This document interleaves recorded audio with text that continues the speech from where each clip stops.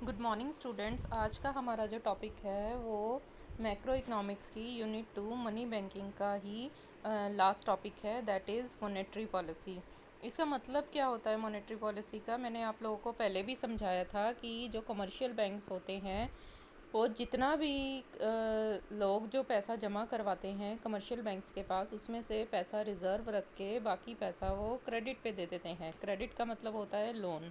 वो किसको देते हैं? वो लोगों को ही दे देते हैं। जैसे लोगों ने बैंक में पैसा जमा कराया, कुछ लोग ऐसे हैं जो लोन भी लेते हैं बैंकों से, तो वो लोन पे दे देते हैं बैंक उस पैसे को, तो दैट इज़ कॉल्ड क्रेडिट।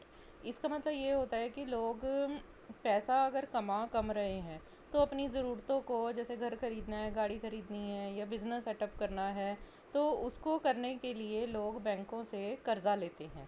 ठीक है, तो इसका मतलब जब बैंकों से कर्ज़ा लेंगे तो उससे क्या होगा, उस पैसे को वो खर्चा करेंगे। खर्चा करने के लिए वो डिमांड क्रिएट करेंगे।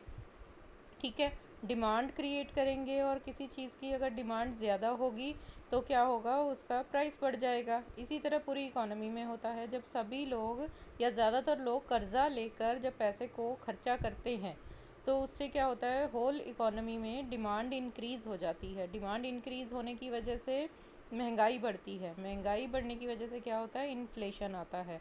ठीक है, तो इसको कहते हैं मनी सप्लाई। मनी सप्लाई को अगर बढ़ा दिया तो क्या होगा, डिमांड बढ़ेगी जिससे इन्फ्लेशन आएगा। और मनी सप्लाई को कंट्रोल करेंगे मतलब हमें क्रेडिट को कंट्रोल करना पड़ेगा, जिससे क्या होगा, डिमांड कम हो जाएगी। ठीक है, तो ये इन्फ्लेशन डिफ्लेशन वाला टॉपिक तो खैर इसमें पढ़ना नहीं है, इनको इन्फ्लेशन डिफ्लेशन को हम नेक्स्ट यूनिट में पढ़ेंगे। अभी आप लोगों को बस ये जानना है कि लोगों के पास ज़्यादा पैसा आने से लोग ज़्यादा चीज़ें खरीदना शुरू कर देते हैं, जिससे महंगाई आती है। ठीक है, और अगर लोगों के पास कम पैसा है और लोग चीज़ें कम खरीद पा रहे हैं तो क्या होगा, इससे चीज़ों की डिमांड नहीं होगी, जिससे क्या होगा, प्रोड्यूसर्स को प्रोडक्शन कम करनी पड़ेगी, जिससे बेरोज़गारी फैलेगी, जिसको डीफ्लेशन कहते हैं। तो दोनों तरह की सिचुएशन इकोनॉमी में नुकसानदायक होती हैं, डीफ्लेशन भी और इन्फ्लेशन भी। इन्फ्लेशन से महंगाई आती है और डीफ्लेशन से बेरोज़गारी फैलती है। इन दोनों स्थितियों को कंट्रोल करने के लिए जो सेंट्रल बैंक है वो सरकार की मदद करता है। मॉनेटरी पॉलिसी का मतलब यही है कि जो लोग उधार लेते हैं उसको किस तरह से बढ़ाया या घटाया जाए, उसकी मात्रा को। तो इसको क्रेडिट कंट्रोल भी कहते हैं, इसको मनी सप्लाई कंट्रोल भी कहते हैं। और इसके कुछ इंस्ट्रूमेंट्स हैं इसमें, जैसे फर्स्ट है रेपो रेट।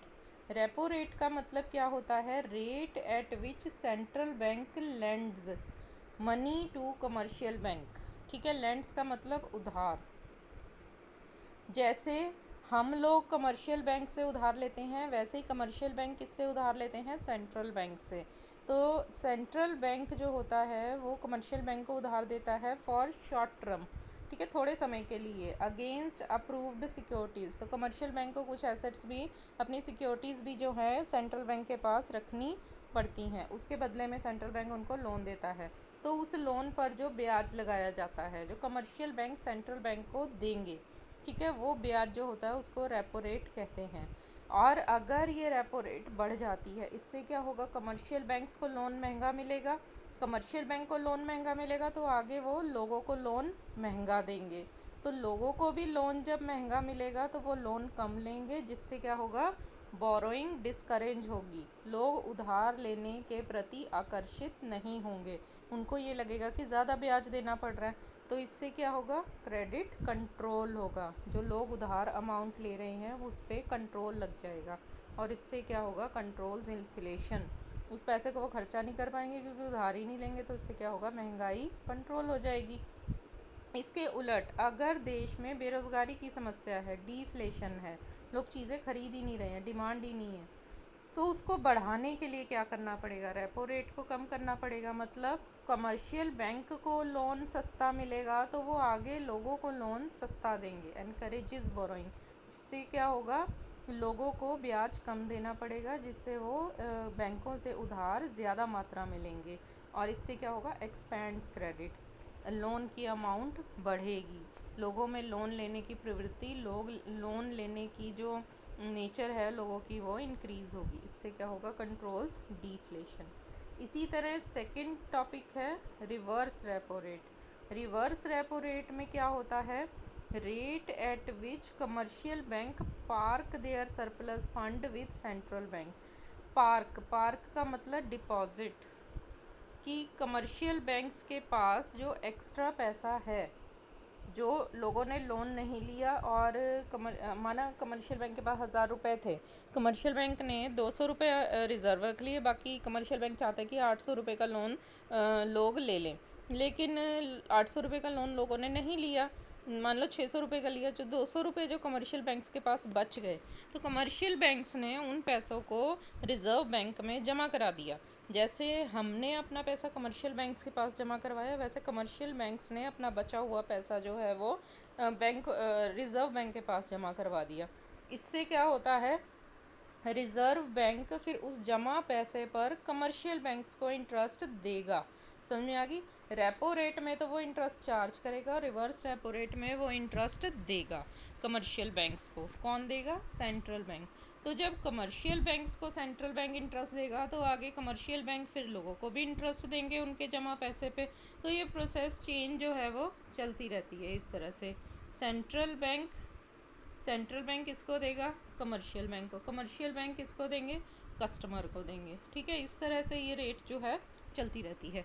तो रिवर्स रेपो रेट समझ में आ गई कि जो पैसा कमर्शियल बैंक ने सेंट्रल बैंक के पास जमा करवाया है उस पर मिलने वाला ब्याज। तो जब रेपो रेट दोनों का लेकिन इफ़ेक्ट सेम होता है। जब सोचो कमर्शियल बैंक्स को सेंट्रल बैंक से ज़्यादा रेट ऑफ इंटरेस्ट मिल रही है, तो कमर्शियल बैंक क्या करेंगे? अपना पैसा लोन देने की बजाय क्या करेंगे? सेंट्रल बैंक के पास जमा करवाना ज़्यादा फ़ायदेमंद रहेगा उनको, तो सेंट्रल बैंक के पास जमा कराएंगे। इससे क्या होगा? क्रेडिट कंट्रोल होगा, क्योंकि माना उनको 200 रुपये पे इंटरेस्ट बहुत ज़्यादा मिल रहा है कमर्शियल बैंक्स को सेंट्रल बैंक से, तो कमर्शियल बैंक क्या करेंगे?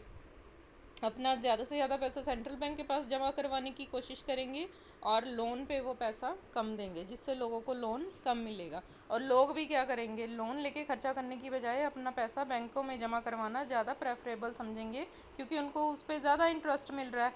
जब कमर्शियल बैंक को ज़्यादा मिलेगा तो आगे वो लोगों को भी ज़्यादा देंगे। तो इस तरह से repo rate, reverse repo rate के बढ़ने से क्या होगा? क्रेडिट कंट्रोल होगा। और इंक्रीज़ इन रेपो रेट से क्या होगा कि ये मैं बता चुकी हूँ। ठीक है, इसके बाद है decrease in repo rate. Decrease in repo rate का मतलब जब कमर्शियल बैंक को अपने जमा पैसे पर कम ब्याज मिलेगा, तो वो आगे लोगों को भी कम ब्याज देंगे, तो फिर इससे क्या होगा? लोग